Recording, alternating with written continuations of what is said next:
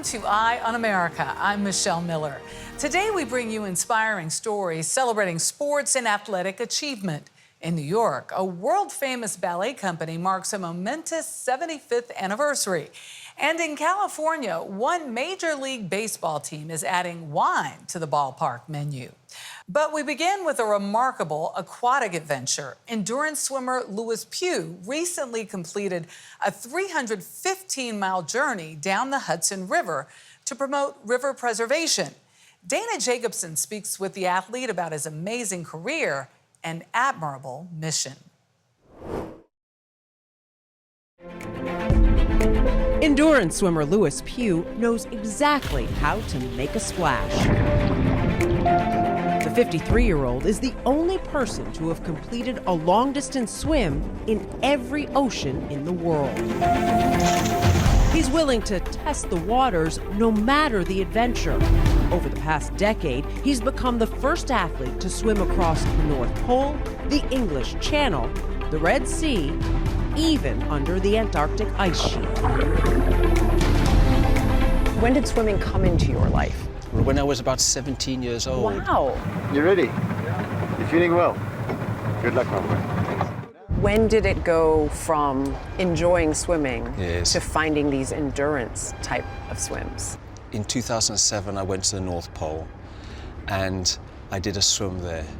And this was across an open patch of sea. Right. And I remember going into that swim and then coming out the other end and actually feeling that I was a different person, because I came out of that feeling, wow, this place is melting so quickly. I now have a big responsibility to share this message with the whole world. It changed your perspective, obviously.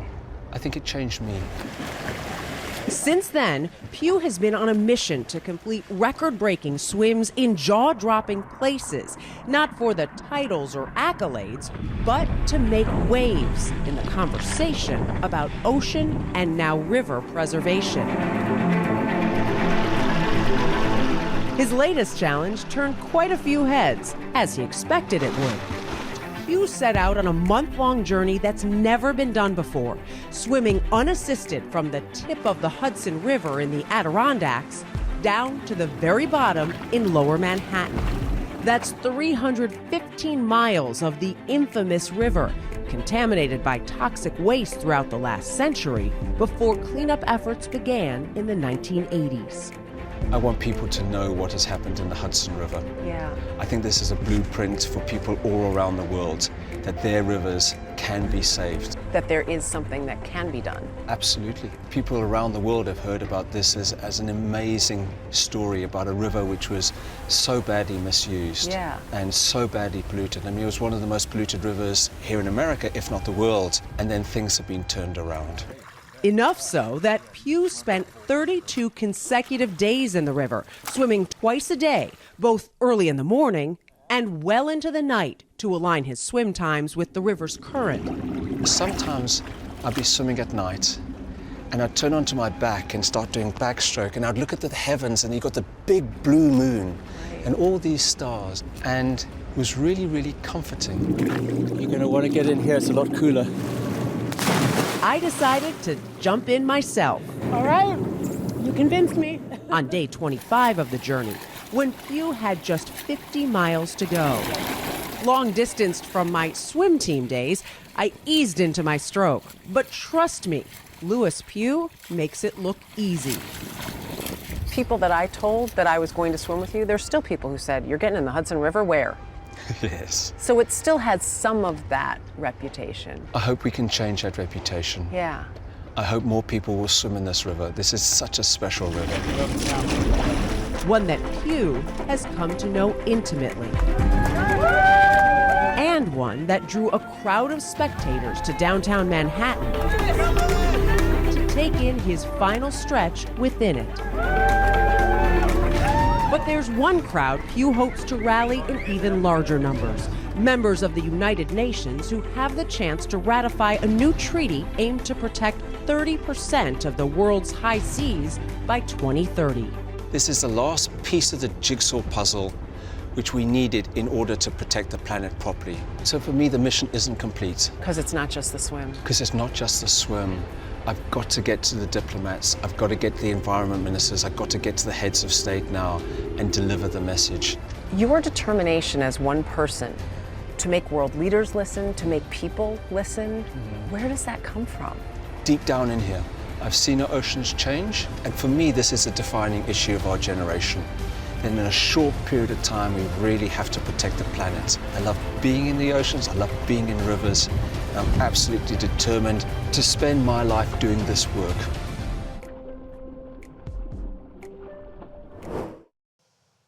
We stay in the water and head to the Pacific Ocean, where one 12-year-old surfer is encouraging other kids to try the sport. Carter Evans catches a wave with the young phenom. For 12-year-old AJ Iredell, surfing isn't just a passion, it's a way of life. It's a little inconsistent, but not bad for a school day. yeah.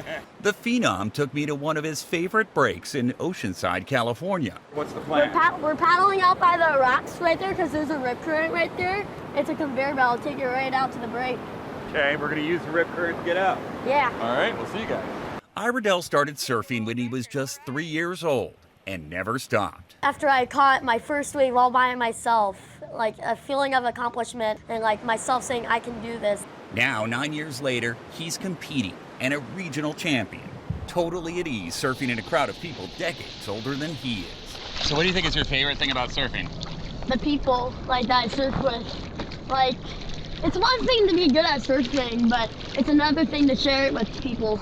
And he does that regularly, volunteering with Ways of Impact, which provides free surf camps for people with disabilities and other challenges, many of them children. I love seeing the smile glow on their faces after they've done it. Like, at first, like, the ocean may be a place of fear, but those kids are fearless. Just talking to these kids and seeing what they've gone through, it's crazy, and to know, like, what we take for granted. What's that like as a mom to see him want to help other people? I'm so grateful. I'm truly so grateful. AJ's mom and dad are his biggest cheerleaders. As one of 5 children in the family, their son learned to be a team player early in life. I think that he was able to recognize the opportunities that he was given and the people that helped him when he was little. And I think that he's just as excited to be that guy for some of these other little guys. You get good grades? Yeah, I try to. When he's not surfing, AJ somehow finds time for jiu-jitsu, snowboarding, and of course his family. I'm trying to get my little brother into it. He's about to turn 2. Does he like it? Yeah, he loves it. He's 2. He's old enough now to surf, right? Yeah, he's old enough. Are you like training a little surf partner? Yeah, pretty much. A kid at heart That was super fun. with a giant heart. That was sick. Coming up, 75 years of a beloved ballet company. This is Eye on America.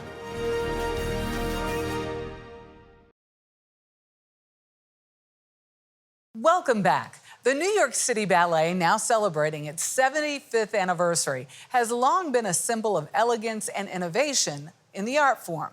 Christina Ruffini gets a peek behind the curtain of the world-famous dance company.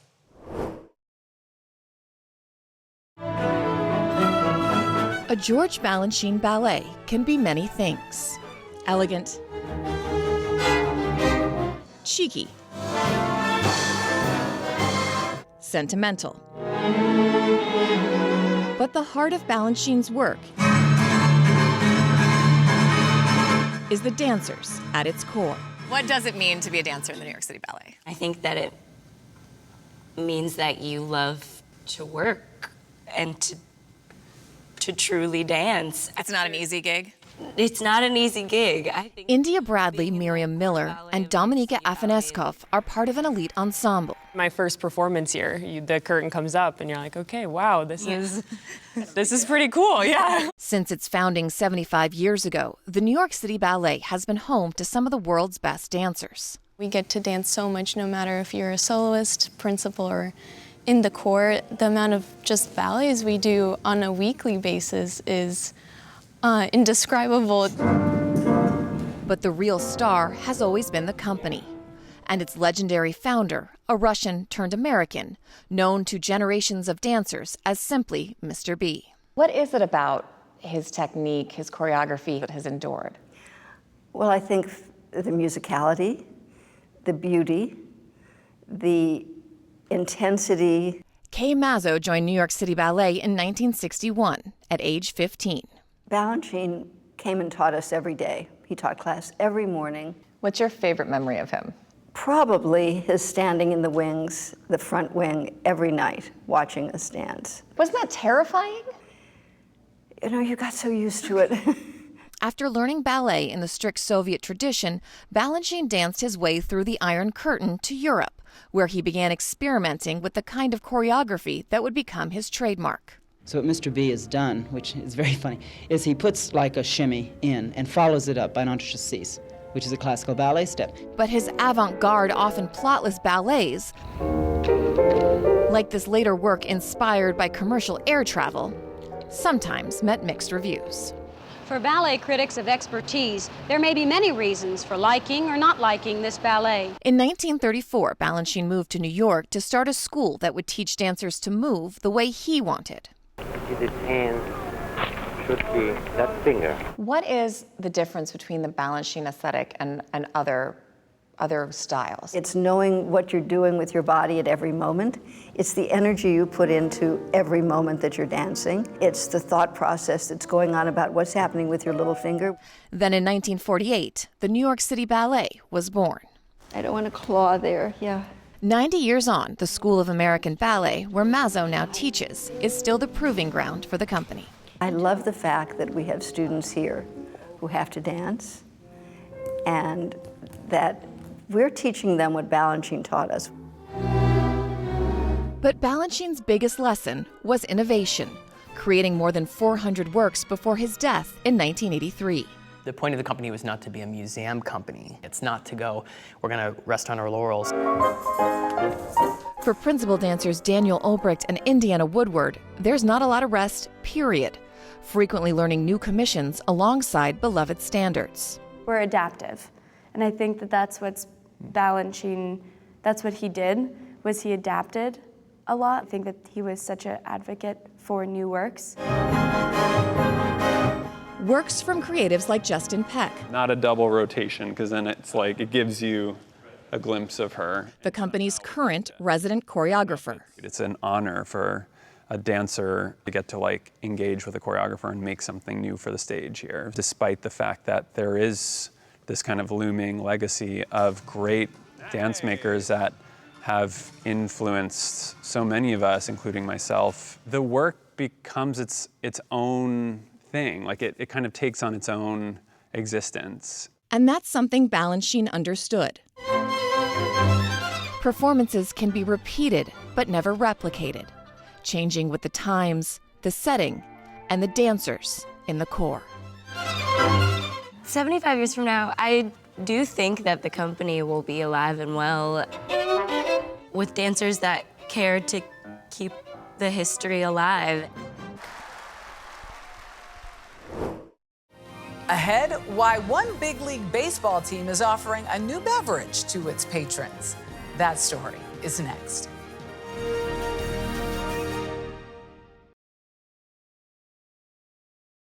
We close our show at a ballpark where there's more than just beer and soda on tap. The first master sommelier in professional sports, Evan Goldstein, selects the wine served up at the San Francisco Giants' Oracle Park. Dana Jacobson enjoys a sip from the stands. Well, let's do this. Let's start off with a white wine.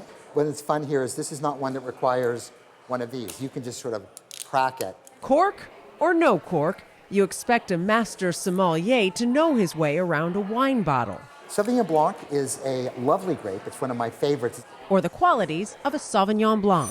You know, it's sort of bright, it's a little bit grapefruity, it's a little bit green, it's floral, it's very refreshing. What's unusual about Evan Goldstein is where he puts his skills to work. It's easy, it's as good on a picnic as it is on the beach or whatever. Really it's delicious. Really approachable. Or how about the ballpark?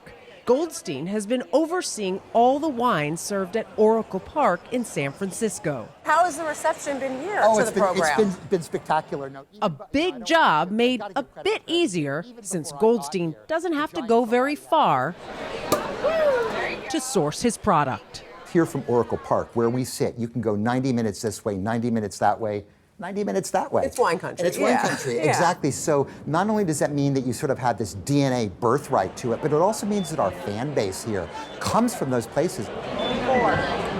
Goldstein caters to the wine drinker at every level.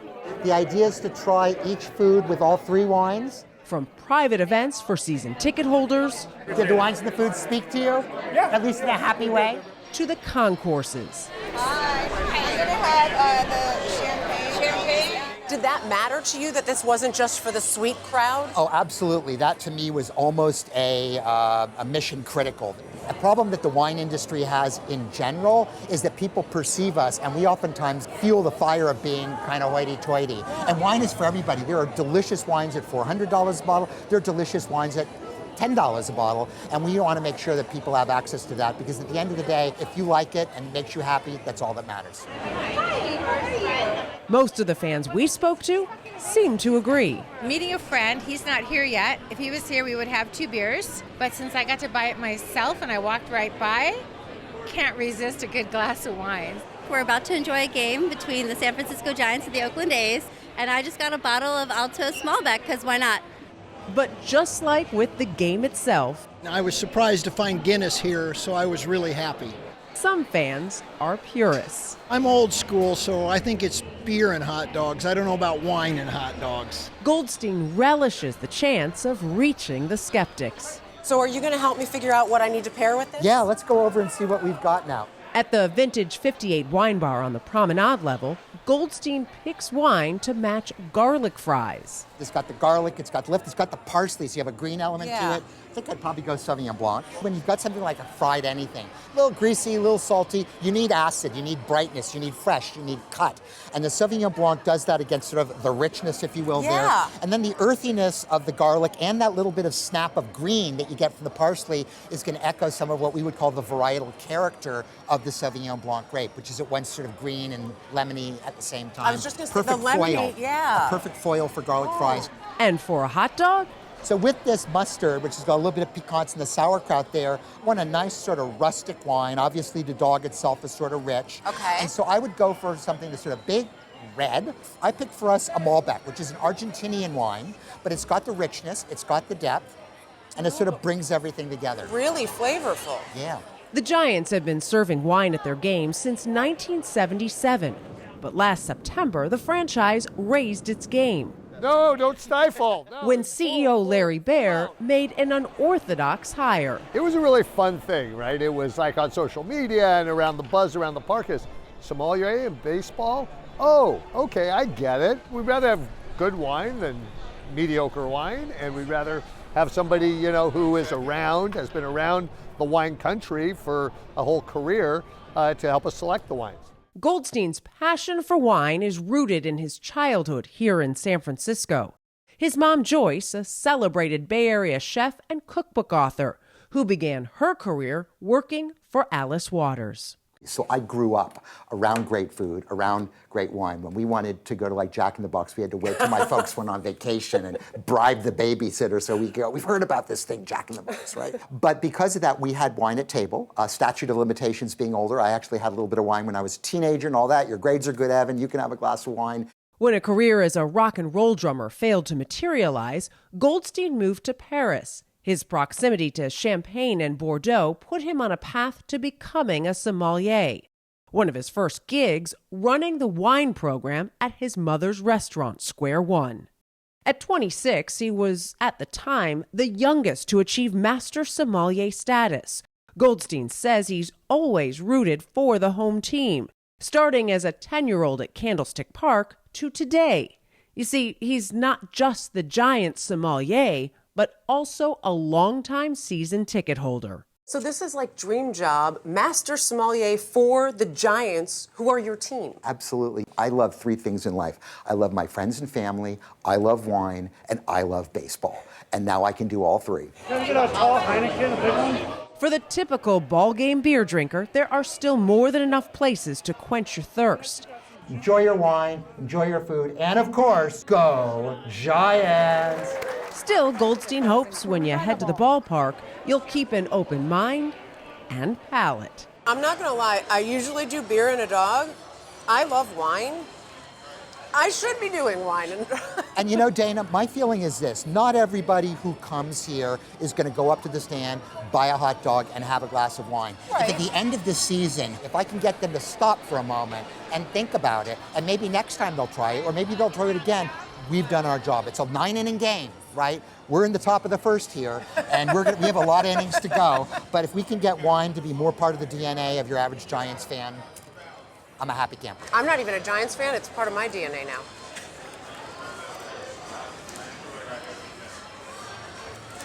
It's really good. For more stories like these and live coverage of breaking news 24/7, stream us right here on CBS News. I'm Michelle Miller. Thank you for watching Eye on America.